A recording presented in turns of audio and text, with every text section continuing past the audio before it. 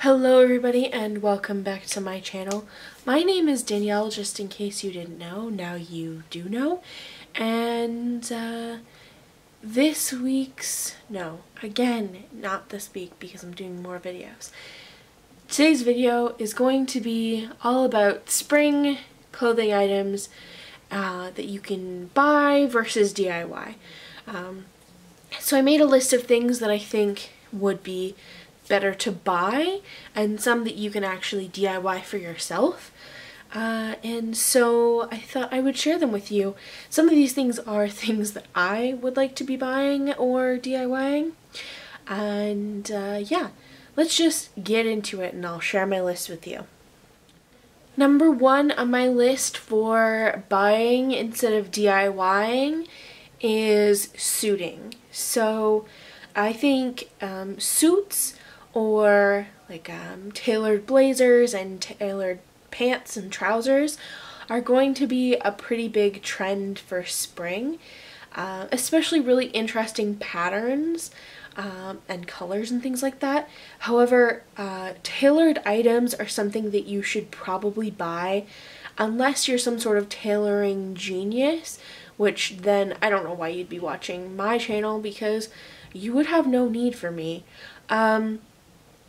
Tailoring is something that takes a lot of hard work. There's a lot of structure that goes into making a good blazer or really good tailored pants.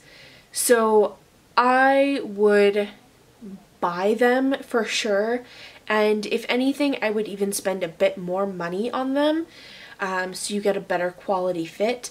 And if it doesn't fit quite the way you want it, take it to be tailored by a professional after that. Something that you can definitely DIY and on the cheap for sure is statement earrings. You can get to a Michael's craft store and buy everything you need to make your own earrings and maybe even sell some to your friends because they're fairly easy to get all the materials. You can recycle old bits of jewelry. You can cut up leather like I do and turn them into statement earrings. It's definitely something that you can do. The only special tools you need are a couple of sets of pliers that don't have little grooves on them so that you don't kind of leave teeth marks on the metal when you're putting it together.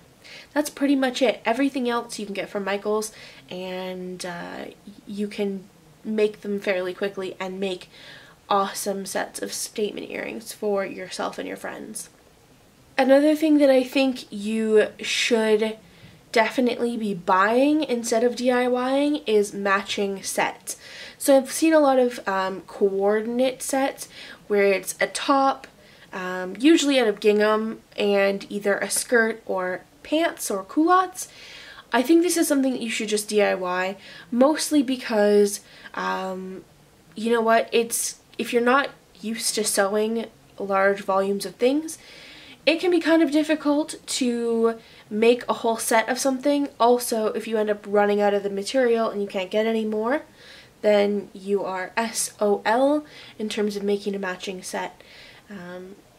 Also, sometimes the material isn't always that great that you've picked out for both a top and a bottom, so that work can already be taken out of the equation for you if you just buy the matching set. Plus, I mean, it is a lot of work to make a off-the-shoulder frilly top and a pair of pants. Pants in themselves are a lot of work because they usually have pockets and zippers and things, so I've seen a lot of distressed denim all over the place on Instagram and Pinterest and things like that, and it's definitely going to be something that's even more popular for spring, especially with the cut-off hems and things like that. This is something you can for sure 100% DIY. I'm not talking about making your own jeans, just don't even bother, that would be a total waste of your time. But you can take a pair of jeans that maybe is a bit worn out and you can DIY it.